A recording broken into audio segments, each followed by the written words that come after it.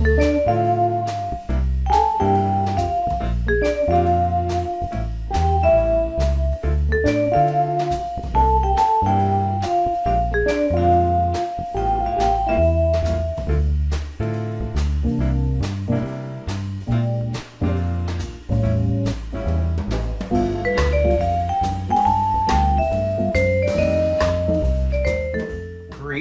welcome back.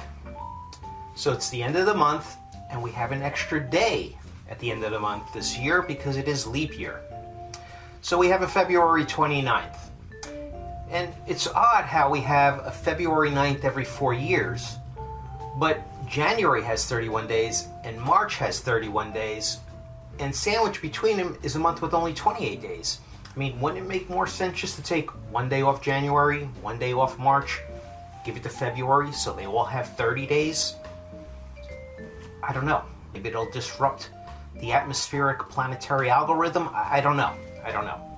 I'm way more into oceanography these days than I am astronomy, so I'm just going to stick to the cocktails. Now, since we have an extra day of the month, you could look at the bright side and say, well, this is one extra day to pay the rent, the bills, the mortgage, whatever.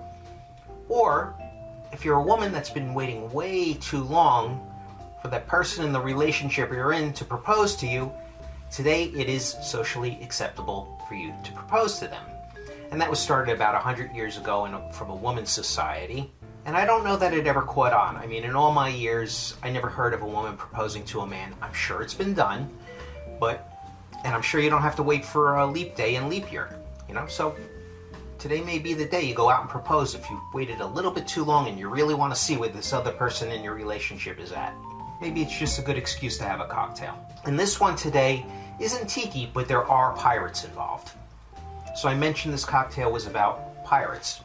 Well, the plot in The Pirates of Penzance is the main character was an orphan, and he was adopted by a group of pirates, and in the contract, he was only allowed to leave the pirates on his 21st birthday.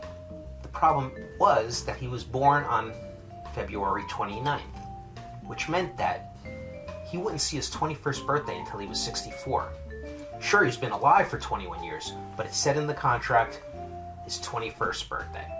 And it's a comedy, it's an operetta, which means that some of the words are spoken, the rest are sung, but it's a great play. It's in a movie, it's in a book, it's all actually pretty funny. I encourage you to see it. It's one of my favorites. Now, this cocktail was created at the Savoy in London, across the street where The Pirates of Penzance had premiered. So on February 29th, 1928, and if you were born on that day, if you were celebrating birthdays, you'd still be in your early 20s. First thing I'm going to do is start with a dash of fresh lemon juice. Now, a dash is basically 1/8 of an ounce. So I got my 1/8 of an ounce spoon here.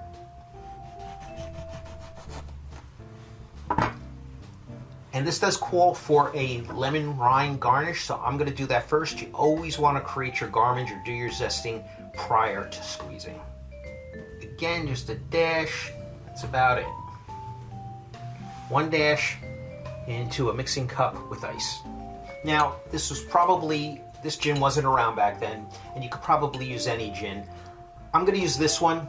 I spent a lot of money on this bottle. This bottle was $50, and quite frankly, I don't see anything special about it, even though it's a special edition. Back then, they were probably using something closer to London Dry Gin, like Beefeater or even Plymouth Gin. But it calls for 2 ounces of this.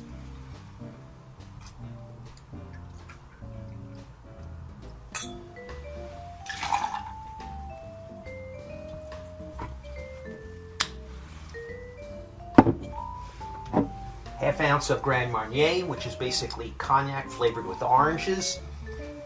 Some people even replace this in a Mai Tai from the dry curacao with this. But if you're going to do that, I would only use like 1/4 of an ounce of dry curacao and 1/4 of an ounce of this, because this does tend to be a little bit dominating. So half ounce of Grand Marnier.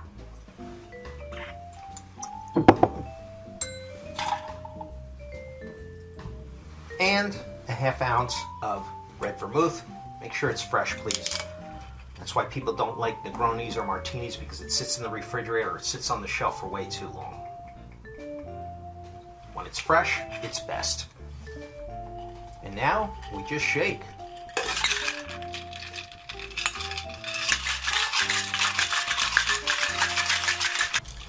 And once it's so cold you can't hold it anymore, you get your chilled coupe cocktail glass out of the freezer or fridge.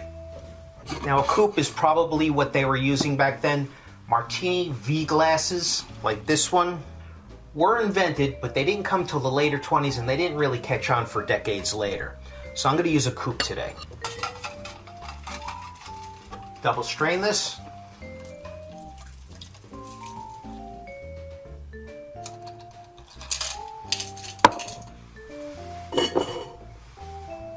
Garnish with a lemon twist.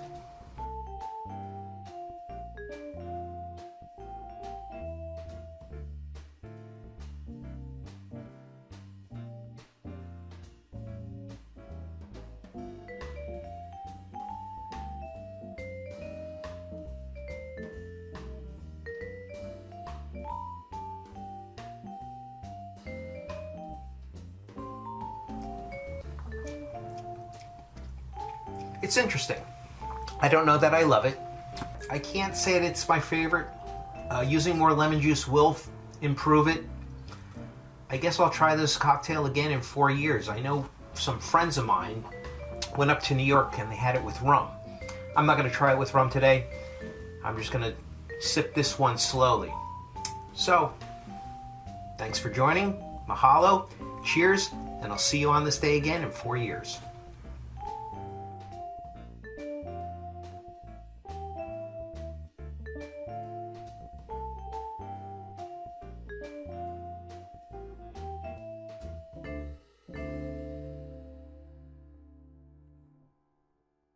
Isn't happy hour anytime?